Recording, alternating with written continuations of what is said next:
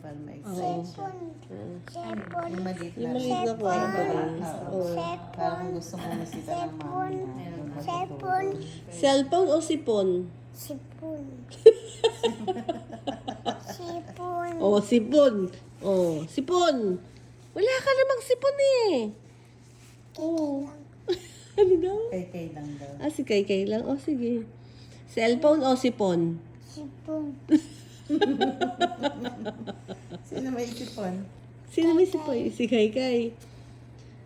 Wala kang sipon. Baka mamula yung ilong mo. Magsugat. Ayun, namumula na. Namumula na. Okay na. Pakamay ko na ako sa buwan. Hindi, gusto niya lang gamitin yung tissue. Ang arte. Arte-arte naman. May kulangot sa ilong? Ah, meron. Okay. Wag mo sundutin masyado. Asan? Wala na. Malinis na. Okay ka na. Okay na. Wala na. Okay na.